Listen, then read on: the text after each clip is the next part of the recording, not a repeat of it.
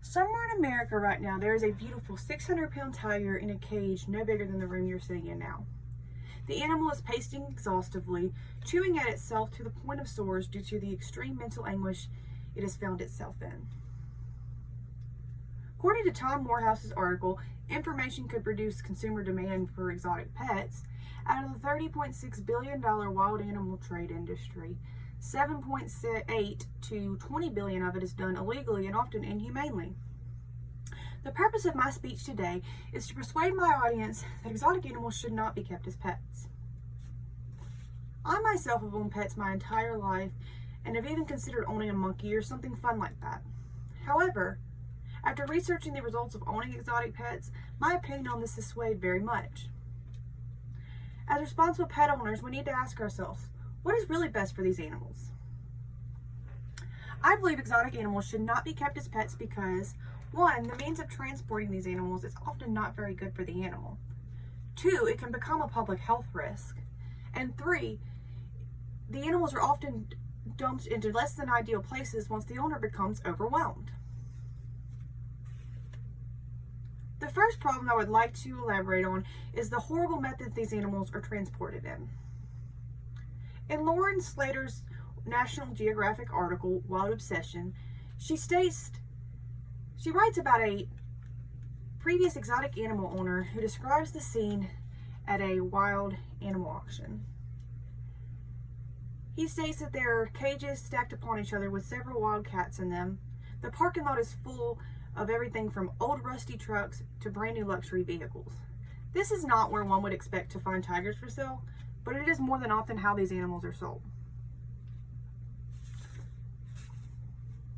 In the article featured on the PETA website, Inside the Exotic Animal Trade, it is stated that exotic animals are often put through cruel transportation methods while en route to your front door. According to PETA's article, parrots often experiencing having their beaks and claws taped shut, only to be stuffed within plastic tubing in order to be easily concealed in luggage. One individual was once arrested in Los Angeles with Asian leopards in his backpack, pygmy monkeys in his underwear, and parrots in his luggage. Sadly, with transportation means such as these, only about 10% of the animals make it to their destination. While the way these animals are transported should be enough on its own, these animals are also a risk to public health. Owning exotic animals can be a public health hazard, both physically and in the sense of diseases that can be spread between the animal and the human. In Rachel Retner's article, Exotic Pets Are Dangerous to Health, she writes about a nonprofit organization, Born Free, who reports 75 human deaths caused by exotic animals within a year. This is more than likely a understated statistic due to the nature of their reporting methods being only off of news articles. This organization was started after the 2018 Zanesville incident, where a man let loose an array of wild animals on a town, followed by his suicide.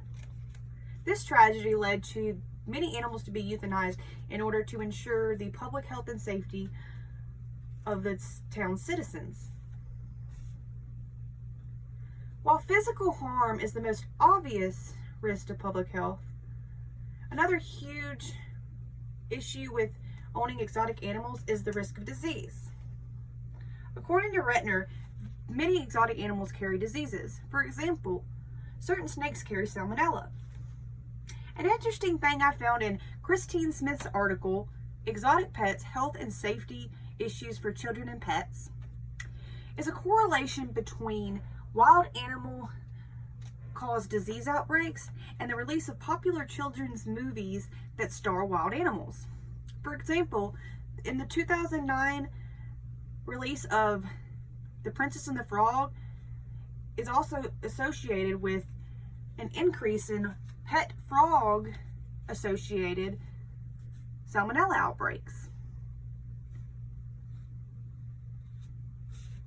As if animal to human disease transfer wasn't enough, another huge issue with exotic animals is the issue of the animal being dumped by the owner once they become overwhelmed by the responsibilities that come along with exotic animals. Often owning an exotic animal becomes a lot more than the owner thinks it will be. People purchase exotic animals very young and become very overwhelmed when the animal becomes a full-grown wild animal, and often abandon them once they do. According to Steve Mirsky's article, Pets Gone Wild, a lot of exotic animals are often released into the wild. This can only end in one of two ways. The animal will either not survive in the environment, or it will and become an invasive species.